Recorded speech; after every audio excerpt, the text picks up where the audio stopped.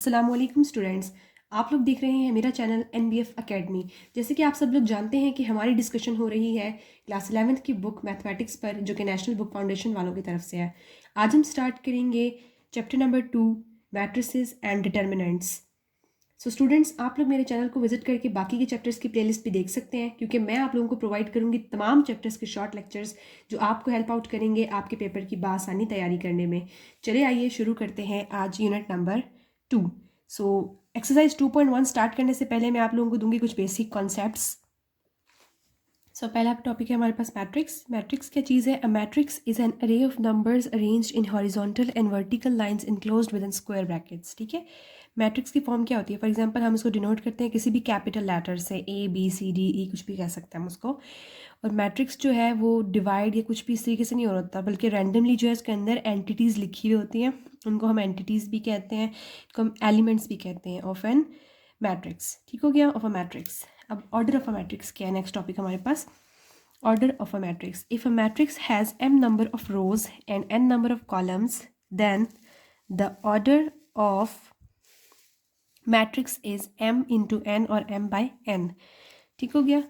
तो order of a matrix का मतलब ये होता है कि हमने बताना है कि बेसिकली m जो है वो हम नंबर ऑफ रोज़ को कहते हैं और n जो है हम नंबर ऑफ कॉलम्स को कहते हैं। तो हमने बताना होता है कि रोज़ और कॉलम्स कितने हैं। तो पहले जो है वो रोज़ लिखते हैं, उसके बाद हम कॉलम। तो हम उसको इस तरीके से भी लिख सकते हैं। फॉर एग्जांपल यहाँ पे हमें एक मैट्रिक्स गिवन है A इज इक्वल्स टू 0 3 1 5 2 9। ठीक हो गया। तो रोज़ कितनी है इसकी? 1 2। ठीक है, 2 रोज़ हैं और 1 2 3 कॉलम्स हैं। सो इसका ऑर्डर क्या बना हमारे पास? 2 इंटू 3 या फिर 2/3। ज़्यादातर हमें इस वाले ऑर्डर को मान रहे होते हैं। ठीक हो गया।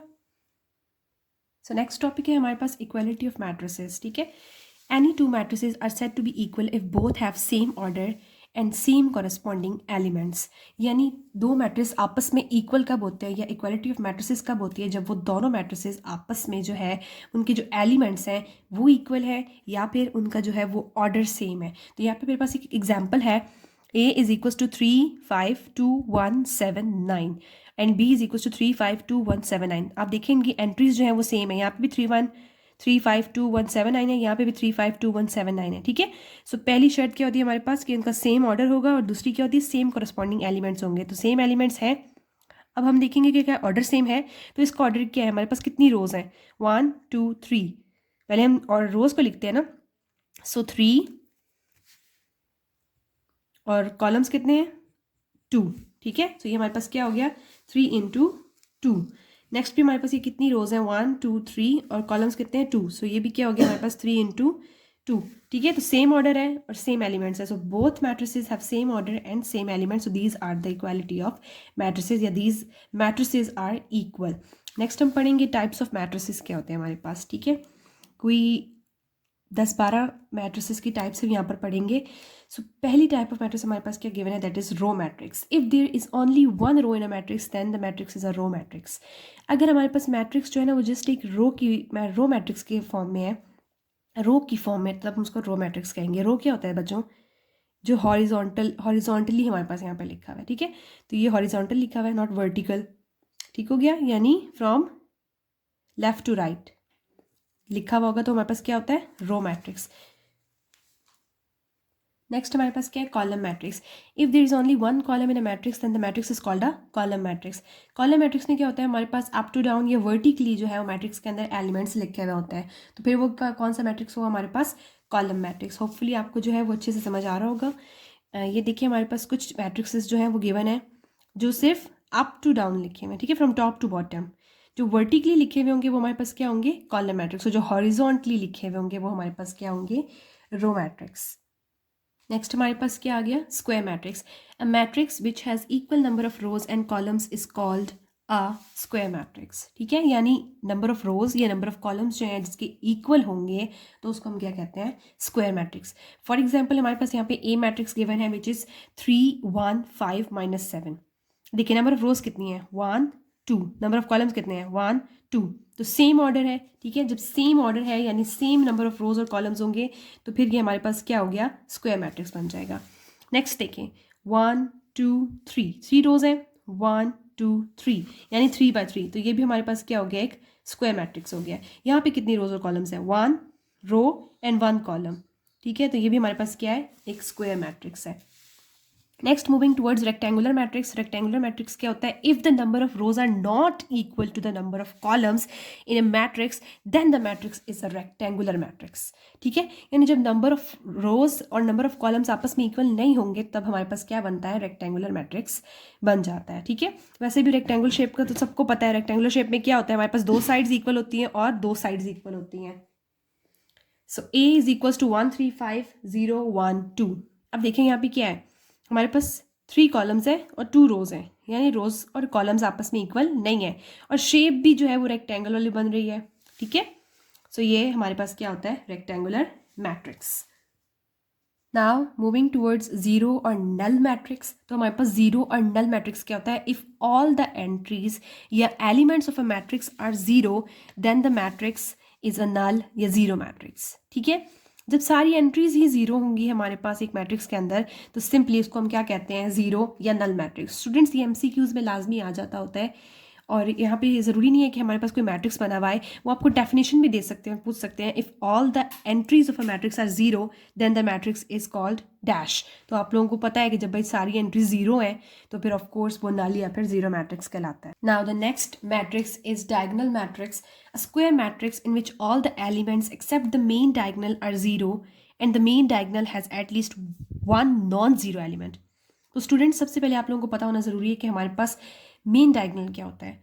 जब भी हमारे पास कोई मैट्रिक्स गिवन है उसमें जो हमारे पास एक फर्स्ट, ठीक है, इसको आप एरो कह दें, रो कह दें, जो भी कह दें, ये हमारे पास क्या होता है, एक डायगोनल होता है। जो फर्स्ट डायगोनल होता है उसको हम मेन डायगोनल कहते हैं, जो हमारे पास सेकंड डायगोनल बन रहा होता है उसको हम सेकेंडरी डायगोनल कहते हैं, ठीक है।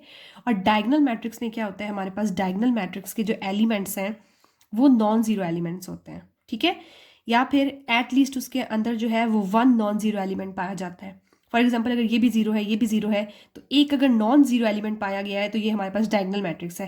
और इसकी एक शर्त और होती है कि बाकी की जो एलिमेंट्स हैं वो जीरो होंगे, सिर्फ जो मेन डायगोनल है, ठीक है, ये हमारे पास डायगोनल्स होते हैं ना स्टूडेंट्स, तो जो मेन डायगोनल है वो जो है वो हमारे पास जीरो नहीं होगा। कोई एक वैल्यू एटलीस्ट अगर उसमें नॉन जीरो आ जाती है और बाकी के सारे एलिमेंट्स जीरो होते हैं तो वो डायगोनल मैट्रिक्स है। होपफुली आप लोगों को समझ आ रहा होगा कि ये देखिए हमारे पास ये भी जीरो गिवन है, ये भी जीरो वैल्यूज गिवन है, और जो हमारे पास ये डायगोनल वैल्यू है एक मेन डायगोनल वो 2 1 -4 है, तो ये हमारे पास क्या हुआ, एक डायगोनल मैट्रिक्स हो गया। नेक्स्ट एग्जाम्पल हम देखते हैं, सब वैल्यूज जो है वो जीरो हैं लेकिन हमारे पास मेन डायगोनल में क्या आ रहा है, 6 0 2, ठीक हो गया। तो एक जीरो आए या दो जीरोज आ जाए फर्क नहीं पड़ता, इससे एटलीस्ट एक नॉन जीरो एलिमेंट होना जरूरी है। तो ये हमारे पास क्या है, डायगोनल मैट्रिक्स। नेक्स्ट हम देखते हैं C इज इक्वल्स टू 1 0 0 0, ठीक है। इसमें भी जो है मेन डायगोनल में हमारे पास एक एलिमेंट ऐसा है जो नॉन जीरो है, तो ये भी हमारे पास क्या है, डायगोनल मैट्रिक्स। नेक्स्ट इसको भी हम डायगोनल मैट्रिक्स कहते हैं। Moving towards next topic which is a scalar matrix. A diagonal matrix in which all the diagonal elements are same but not zero is known as a scalar matrix. ठीक हो गया। अब diagonal matrix में क्या था, हमारे पास जो main diagonal के अंदर वैल्यूज होती थी ना वो नॉन जीरो वैल्यूज होती थी, या फिर कोई एक वैल्यू जो है वो नॉन जीरो होती थी, ठीक है, और बाकी के सारे एलिमेंट्स जो थे वो जीरो होते थे। स्केलर मैट्रिक्स में क्या होता है, हमारे पास जो मेन डायगोनल में वैल्यूज होंगी ना वो सेम होंगे स्टूडेंट्स, तो हम उसको कहेंगे कि भाई स्केलर मैट्रिक्स है। जैसे कि यहाँ पे बाकी की वैल्यूज जीरोज हैं लेकिन मेन डायगोनल में के लिखा हुआ है सेम, ठीक है, so this is scalar matrix. Next B matrix में हमारे पास क्या है, बाकी की वैल्यू जीरो और जो मेन डायगोनल में है वो हमारे पास क्या गिवन है, दैट इज -1 -1, ये भी सेम वैल्यूज है इसलिए इसको हम क्या कहेंगे, scalar matrix. C is equals to 1/3, फिर बाकी वैल्यूज जो हमारे पास जीरो है और मेन डायगोनल में क्या गिवन है, 1/3 1/3 एंड 1/3, तो सेम वैल्यूज जब हमारे पास मेन डायगोनल में आ जाती है तो इसको हम स्केलर मैट्रिक्स कहते हैं। Moving towards the next matrix that is D is equals to, इसमें भी हमारे पास 2 जो है वो सिर्फ मेन डायगोनल में सेम आ रहा है तो इसको हम स्केलर मैट्रिक्स कहेंगे, बाकी की वैल्यूज जो है हमारे पास जीरो है, तो ये होते हैं हमारे पास scalar matrices. Now the next matrix is identity or unit matrix. A scalar matrix in which all the diagonal elements are equal to 1. ठीक है, यानी हमारे पास यहाँ पे जो सारे डायगोनल एलिमेंट्स होते हैं वो 1 होते हैं, तो तब हम उसको क्या कहेंगे, आइडेंटिटी या यूनिट मैट्रिक्स। ये भी एमसीक्यूज के हवाले से बहुत ज़्यादा इंपॉर्टेंट है। तो स्टूडेंट्स यहाँ पे देखिए बाकी वैल्यूज हमारे पास जीरो है लेकिन मेन डायगोनल में हमारे पास क्या मौजूद है, 1। जब भी हमारे पास 1 आ जाए, नॉट -1, 1 आए तो इसको हम क्या कहेंगे, यूनिट या आइडेंटिटी मैट्रिक्स। यहाँ पर भी देखिए हमारे पास 3x3 ऑर्डर जो है वो 3x3 वाला मैट्रिक्स गिवन है, इसमें भी जो है मेन डायगोनल में 1 1 1 गिवन है, तो ये हमारे पास क्या है, एक आइडेंटिटी या यूनिट मैट्रिक्स। और ये भी जो है वो हमारे पास क्या है, आइडेंटिटी या unit matrix. Next, triangular matrix, a square matrix which is either upper triangular और non lower triangular is called a triangular matrix.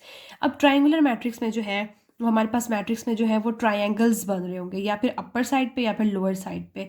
तो ये जो है इसके आगे दो टाइप्स हैं, अपर ट्रायंगुलर या लोअर ट्रायंगुलर। अब हम इसको पढ़ लेते हैं। Upper triangular matrix, a square matrix in which all the elements lying below the main diagonal are zero. ठीक है, अब अपर ट्रायंगुलर में क्या होता है कि हमारे पास जो मेन डायगोनल है स्टूडेंट्स, इसके नीचे वाली वैल्यूज जो होंगी वो जीरो होंगी। ठीक है, तो ये ऊपर वाला देखिए हमारे पास क्या बन रहा है, एक ट्रायंगल बन रहा है, तो ये हमारे पास क्या हो गया, अपर ट्रायंगुलर मैट्रिक्स। नेक्स्ट देखें, उसने क्या कहा है, मेन डायगोनल के नीचे जो वैल्यूज हैं वो क्या होंगी, जीरो होंगी, और ऊपर जो है वो एक ट्रायंगल बन रहा होगा ऊपर वाली साइड पे, सो this is called upper triangular matrix. Next इस मैट्रिक्स को भी देख लें, उसने क्या कहा था कि मेन डायगोनल के नीचे जो वैल्यूज हैं बिलो दैट आर जीरो। ठीक है, दोज आर जीरोज। सो ऊपर हमारे पास जो ट्रायंगल बन रहा है that is upper triangular matrix. Next, lower triangular matrix. A square matrix in which all the elements lying above the main diagonal are zero. For example, अब हमारे पास क्या कहा गया है कि जो मेन डायगोनल होगा उसके ऊपर वाली वैल्यूज जो है वो जीरो होंगी। ठीक है, तो नीचे ट्रायंगल बन रहा होगा। स्टूडेंट्स, जब नीचे हमारे पास एक ट्रायंगल बन रहा है बाकी की वैल्यू जीरो है तो ये लोअर ट्रायंगुलर है, और जब ऊपर हमारे पास ट्रायंगल बन रहा है और नीचे की वैल्यू जीरो है तो फिर हमारे पास वो अपर ट्रायंगुलर मैट्रिक्स है। यहाँ पर भी देखिए उसने क्या कहा है कि हमारे पास जो मेन डायगोनल है उसके ऊपर वाली वैल्यूज जो है वो जीरो होंगी, और नीचे जो है वो ट्रायंगल बन रहा है, तो नीचे जो ट्रायंगल बन रहा है इसको हम क्या कहेंगे, lower triangular matrix. Moving towards the next matrix, that is like यहाँ पे भी जो है हमारे पास मेन मैट्रिक्स की जो है मेन डायगोनल के ऊपर जो है वो जीरो आ रहा है, तो नीचे हमारे पास लोअर जो है वो ट्रायंगल बन रहा है, so this is lower triangular matrix. Hopefully आपको जो है वो मैट्रिक्स की टाइप्स जो है वो अच्छे से समझ आ गई होंगी।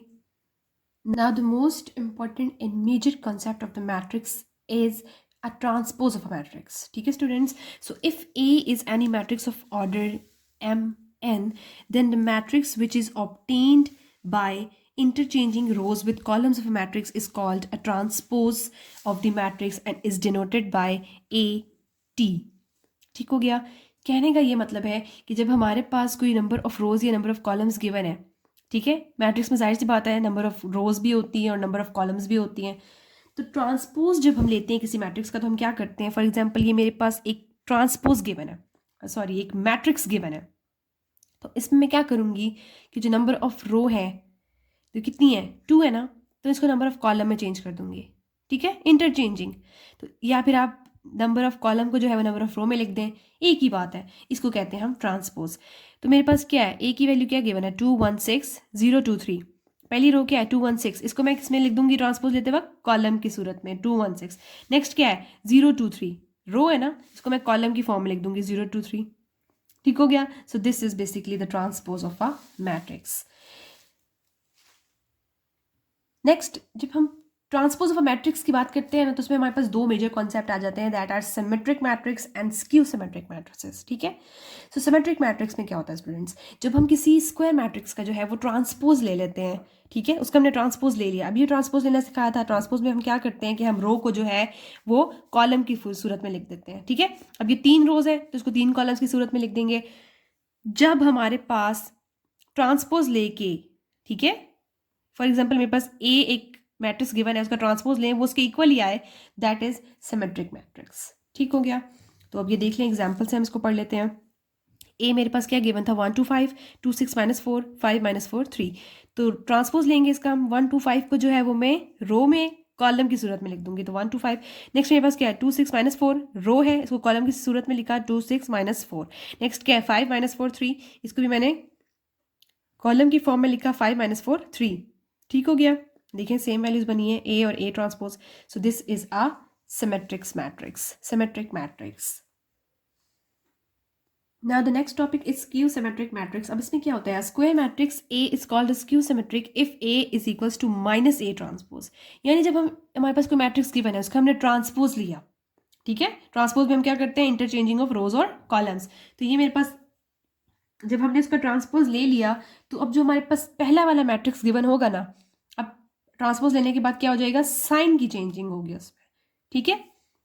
तो ए की वैल्यू क्या है, ए इज इक्वल टू 0 2 -6 -2 0 5 6 -5 एंड 0। अब मैं इसका ट्रांसपोज लेती हूँ, ये मेरे पास रो है 0 2 -6, इसको मैंने कॉलम की सूरत में लिख दिया 0 2 -6, देन -2 0 5 रो है, कॉलम में लिखा -2 0 5, नेक्स्ट 6 -5 0 रो है, कॉलम में लिखा 6 -5 0। अब आप एक चीज़ नोट करेंगे कि ट्रांसपोज लेने के बाद हमारे पास जो यहाँ पे माइनस था वहाँ पर माइनस नहीं है, और जहाँ माइनस नहीं था वहाँ पर माइनस मौजूद है। तो ये क्या है, 0 2 था -2 हो गया, -6 था 6 हो गया, -2 था 2 हो गया, 0 एज इट इज, 5 था यहाँ पर -5 हो गया, यहाँ तो 6 था -6 हो गया, -5 था यहाँ पे 5 हो गया, 0 एज इट इज। तो अब जो है मैं यहाँ से अगर माइनस को कॉमन ले लूँ, इस मैट्रिक्स से माइनस कॉमन लिया तो बाकी वैल्यूज जो है वो एज इट इज हो जाएंगी, जैसे कि हमारे पास ए में था मौजूद। सो यहाँ से प्रूव हो गया that A transpose minus A transpose, ठीक है, is equals to A. So A is a skew symmetric, ठीक हो गया। सिमेट्रिक और स्क्यू सिमेट्रिक में ये फ़र्क है। होपफुली आपको अच्छे से समझ आ गया होगा। अगर कोई भी आपको बात मुश्किल लग रही है या कोई कॉन्सेप्ट नहीं क्लियर हुआ तो आप काइंडली कमेंट्स में लाजमी बताइएगा। Now we are going to start exercise 2.1। जिन स्टूडेंट्स ने बेसिक कॉन्सेप्ट्स की स्टार्टिंग से मेरे इंट्रो के बाद जो है वो लेक्चर अच्छे से सुन लिया है, उनके लिए जो है वो exercise just with in minutes का काम है, ठीक है, क्योंकि उनने सारे कॉन्सेप्ट जो है अपने क्लियर कर लिए अच्छे से, तो अब वो क्वेश्चंस को जो है वो अच्छे तरीके से सॉल्व कर सकेंगे। और अगर कुछ बच्चों को अभी भी मुश्किल पेश आ रही है तो वो दोबारा से मेरी वीडियो को स्टार्ट से देखें और कॉन्सेप्ट्स जो हैं वो अपने क्लियर करके यहाँ पर आएँ। लेकिन फिर भी मैं कोशिश करूँगी कि इन क्वेश्चंस में आपको इतने अच्छे तरीके से समझा सकूँ कि आपको जो है वो कॉन्सेप्ट्स की डेप्थ में ना जाना पड़े, ठीक है। Now question number 1, find the order of the following matrices. तो आपको ऑर्डर मैंने फाइंड आउट करने का तरीका सिखाया था, रो बाय कॉलम लिखते होते हैं हम। तो यहाँ पे सबसे पहले हम रोज काउंट कर लेंगे, 1 2 रोज हैं, कॉलम्स कितने हैं, 1 2 3। तो हमारे पास ऑर्डर क्या हो गया, 2/3, ठीक हो गया। नेक्स्ट सेकेंड पार्ट क्या हमारे पास, b इज इक्वल्स टू 1 2 2 3 3 4। यहाँ पे नंबर ऑफ रोज कितने हैं, 1 2 3, ठीक है, 3 बाय नंबर ऑफ कॉलम्स कितने हैं, 1 2, सो दिस इज 3/2। या फिर हम इसको एक और तरीके से भी लिख सकते हैं, दैट इज 3 × 2। इसको भी हम इस तरीके से लिख सकते हैं, 2 × 3। Alright, next moving towards part number 3 which is c is equals to 1 6 9। तो यहाँ पे हमारे पास नंबर ऑफ रोज कितनी है, 1 2 3, ठीक हो गया, 3 बाय कॉलम कितने हैं, 1 3/1। Next part number 4, d is equals to 2 1 6 8। ये क्या है हमारे पास, यहाँ पे रोज कितनी है, number of rows are 1, column कितने हैं, 1 2 3 4, so this is 1/4। Alright, now part number 5, e is equals to 3। इसमें नंबर ऑफ रोज कितनी है, 1, number of columns 1, this is 1/1। Order क्या हो गया हमारे पास, 1/1। f क्या है हमारे पास, 3 6 9 2। इसमें क्या है number of rose, 1 2, number of columns 1 2, so order of a matrix क्या हो गया हमारे पास, 2/2। होपफुली आपको ये क्वेश्चंस अच्छे से समझ आए होंगे, होपफुली आपको ये क्वेश्चन अच्छे से समझ आया होगा, होपफुली आपको ये क्वेश्चन अच्छे से समझ आया होगा। क्वेश्चन नंबर 2 क्या है हमारे पास, आइडेंटिफाई द फॉलोइंग मैट्रिसेस। अब हमने आइडेंटिफाई करना है कि ये कौन सा मैट्रिक्स है, ठीक है। तो मैट्रिक्सेस हमने कौन कौन से पढ़े हैं, वो तो लातादाद हैं। For example diagonal matrix, scalar matrix, identity matrix, lower triangular matrix, upper triangular matrix, और इसके अलावा रो मैट्रिक्स, कॉलम मैट्रिक्स, ठीक है, रेक्टेंगुलर मैट्रिक्स, स्क्वायर मैट्रिक्स। तो अब हमने जो है इसमें से आइडेंटिफाई करना है कि ये कौन सा मैट्रिक्स है, ठीक है। तो ये कितने नंबर ऑफ रोज हैं, 1 2, कॉलम्स कितने हैं, 1 2 3, ठीक हो गया। तो जब भी हमारे पास number of rows not equal to number of columns होते हैं तो ये हमारे पास कौन सा मैट्रिक्स हो जाता है, that is rectangular matrix, rectangular matrix. तो पहला वाला हमारे पास क्या था, रेक्टेंगुलर मैट्रिक्स। पार्ट नंबर 2 में क्या है हमारे पास, b is equals to 1/3 1 2 6। Number of rows कितने हैं, 1 2, नंबर ऑफ कॉलम्स कितने हैं, 1 2, 2 रोज 2 कॉलम्स। दोनों जब इक्वल होते हैं हमारे पास नंबर ऑफ रोज और नंबर ऑफ कॉलम्स, तो हमारे पास कौन सा मैट्रिक्स होता है, स्क्वायर मैट्रिक्स। वैसे भी आप इसकी शेप देखिए तो स्क्वायर शेप में है, ठीक है। Next part number 3, c is equals to 3 2 8। ये क्या है हमारे पास, एक वर्टिकल लाइन बनी हुई है, ठीक है, एक ही कॉलम बना हुआ है, और रो कितनी है, 1 2 3, ठीक है, तो कॉलम की सूरत में जब हमारे पास इस तरीके से आ जाएगा, मीन्स जब वर्टिकली हमारे पास लिखा हुआ है कोई मैट्रिक्स, तो उसको हम क्या कहते हैं, column matrix. All right, now part number 4, D is equals to 169 201 312। Number of rows कितनी है, 1 2 3। Number of columns 1 2 3। तो इसको भी हम क्या कहते हैं, जब नंबर ऑफ रोज और नंबर ऑफ कॉलम्स आपस में इक्वल होती हैं, तो ये भी हमारे पास कौन सा मैट्रिक्स होता है, दिस इज स्क्वायर मैट्रिक्स। ठीक हो गया। नेक्स्ट पार्ट नंबर 5 हमारे पास क्या है, E इज इक्वल्स टू 201। ठीक है, ये एक ही हमारे पास क्या है, हॉरिजॉन्टल लाइन में लिखा हुआ है, रो की फॉर्म में लिखा हुआ है, तो इसको हम क्या कहेंगे, simply row matrix. Now sixth part क्या है हमारे पास, F इज इक्वल्स टू 16। इसको हम रो मैट्रिक्स, कॉलम मैट्रिक्स सब कुछ कह सकते हैं, लेकिन सबसे मेजर ये क्या है, हमारे पास नंबर ऑफ रोज और नंबर ऑफ कॉलम्स जो है वो आपस में इक्वल है, तो इसको हम क्या कहेंगे, स्क्वायर मैट्रिक्स। ठीक है, अदरवाइज ये एक रो मैट्रिक्स भी है, ये कॉलम मैट्रिक्स भी है। ठीक है, हमने अच्छे से पढ़ा था इसको डेप्थ में। Now we are going to start question number 3, which is identify the diagonal scalar identity lower triangular और upper triangular matrix। तो अब यहाँ पे जो है हमने आइडेंटिफाई करना है कि कौन सा मैट्रिक्स है।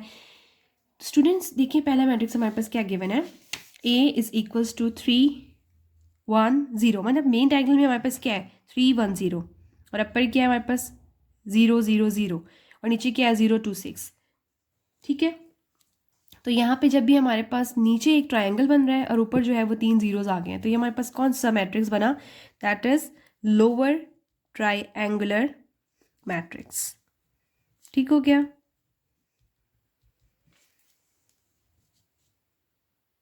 पार्ट नंबर बी में देखिए, हमारे पास मेन डायगोनल में क्या गिवन है, -6 -6 -6। तीनों वैल्यूज जो है वो क्या है, सेम है। तो जब हमारे पास बाकी की वैल्यूज एंट्रीज जो होती हैं वो जीरो होती हैं, बाकी के एलिमेंट्स जो है मैट्रिक्स के अंदर जीरो हों और मेन डायगोनल में सेम वैल्यूज हों, तो उसको हम क्या कहते हैं, we called it scalar matrix.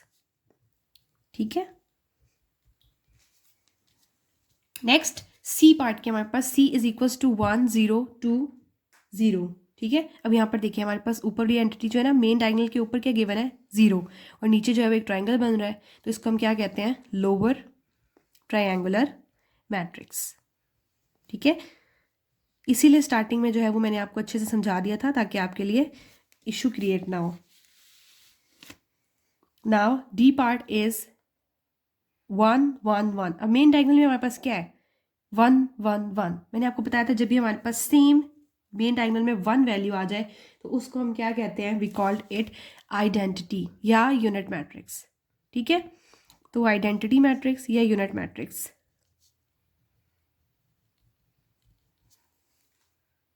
Now E matrix हमारे पास क्या गिवन है, बाकी की सारी एंट्री जीरो है, मेन डायगोनल में हमारे पास क्या गिवन है, 2 3 0।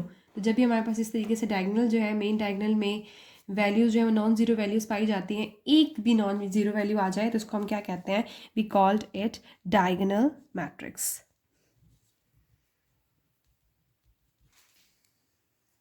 Now F matrix is equals to √3 1 2 0 0 6 0 0 1। ठीक है, यहाँ पर देखिए हमारे पास मेन डायगोनल के नीचे जो है वो जीरो वैल्यूज मौजूद है। तो जब ट्रायंगल बन रहा होता है इस तरीके से, तो इसको हम क्या कहते हैं, अपर ट्रायंगुलर मैट्रिक्स।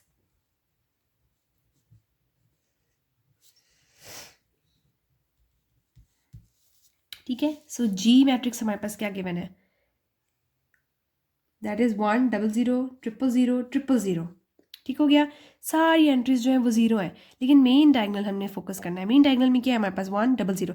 मैंने वो कहा था कि एक भी नॉन जीरो वैल्यू हो तब हमारे पास ये कौन सा मैट्रिक्स होता है, दिस इज डायगोनल मैट्रिक्स। अगर हमारे पास मेन डायगोनल में एक भी नॉन जीरो वैल्यू पाई जाए तो उसको हम क्या कहते हैं, diagonal matrix. Now H is equals to 2 0 0 2।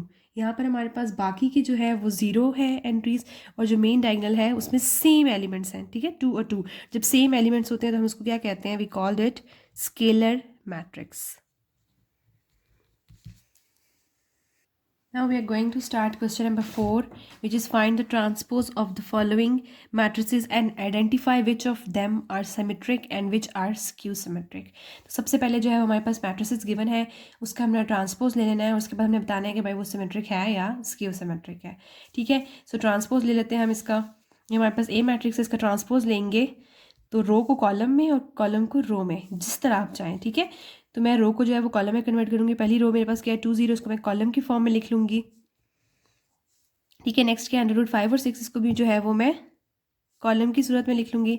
उसके बाद थर्ड रो क्या है 1 9, इसको भी मैं कॉलम की फॉर्म में लिख दूँगी. तो ये मेरे पास क्या आ गया ए मैट्रिक्स का ट्रांसपोज. ठीक है, तो बताएं क्या ये सिमेट्रिक है या स्क्यू सिमेट्रिक है? ये हमारे पास सिमेट्रिक है.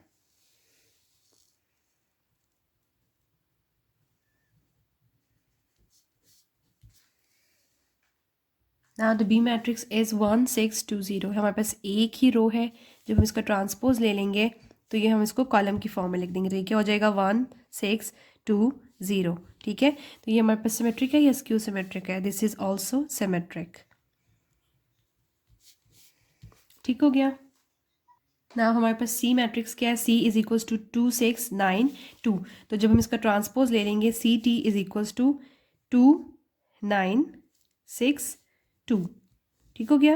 हमने क्या किया, कॉलम को मैंने उठा के रो में लिख दिया 2 9. नेक्स्ट किया मेरे पास 6 2, इसको भी जो मैंने रो की फॉर्म में लिख दिया. तो हमारी मर्जी है, हम रो को कॉलम में लिखे हैं, कॉलम को रो में लिखे हैं. ट्रांसपोज जो है इसी का नाम है. तो ये भी हमारे पास क्या हो गया है, this is also symmetric. Next हमारे पास डी मैट्रिक्स क्या गिवन है 0 1 9 -1 0 5 -9 -5 एंड 0. ठीक है, अब जो है इसको मैं ट्रांसपोज ले लेती हूँ. So D transpose is equals to 0 1 9. पहली रो है, इसको मैं कॉलम की फॉर्म में लिख दूंगी 0 1 9. नेक्स्ट क्या है मेरे पास -1 0 5, इसको भी जो है वो मैं कॉलम की फॉर्म में लिख लूँगी. लास्ट रो क्या है -9 -5 0, इसको भी जो है वो कॉलम की सूरत में लिख लेंगे -9 -5 0. ठीक है, ये इसका ट्रांसपोज आ गया. अब आप इस चीज़ को गौर से देखें, जो पहले हमारे पास पॉजिटिव थे वो नेगेटिव हो गए और जो नेगेटिव थे वो पॉजिटिव हो गए. तो अगर मैं यहाँ से नेगेटिव साइन जो है वो माइनस को साइन को जो है वो ले लेती हूँ बाहर कॉमन, तो दोबारा से मेरे पास वही चीज़ बन जाएगी. सो ये मेरे पास कौन सा सिमेट्रिक है? This is skew symmetric matrix. ठीक हो गया. Now E matrix is 3 -6 9 -6 2 0 9 0 0. ठीक है, अब जो है वो E का ट्रांसपोज ले लें. अगर हम E ट्रांसपोज, तो ये हमारे पास क्या आ जाएगा, पहली रो क्या है 3 -6 9, तो इसको मैं जो है वो कॉलम की सूरत में लिख लूँगी 3 -6 9. नेक्स्ट क्या है -6 2 0, इसको मैंने कॉलम की फॉर्म में लिख दिया -6 2 0. नेक्स्ट क्या है 9 0 0, तो इसको भी एक कॉलम की फॉर्म में लिख दिया. तो ये मेरे पास सेम जो है वैसा ही आ गया E. ठीक है, जैसा था पहले. तो ये हमारे पास क्या हो गया फिर, सिमेट्रिक.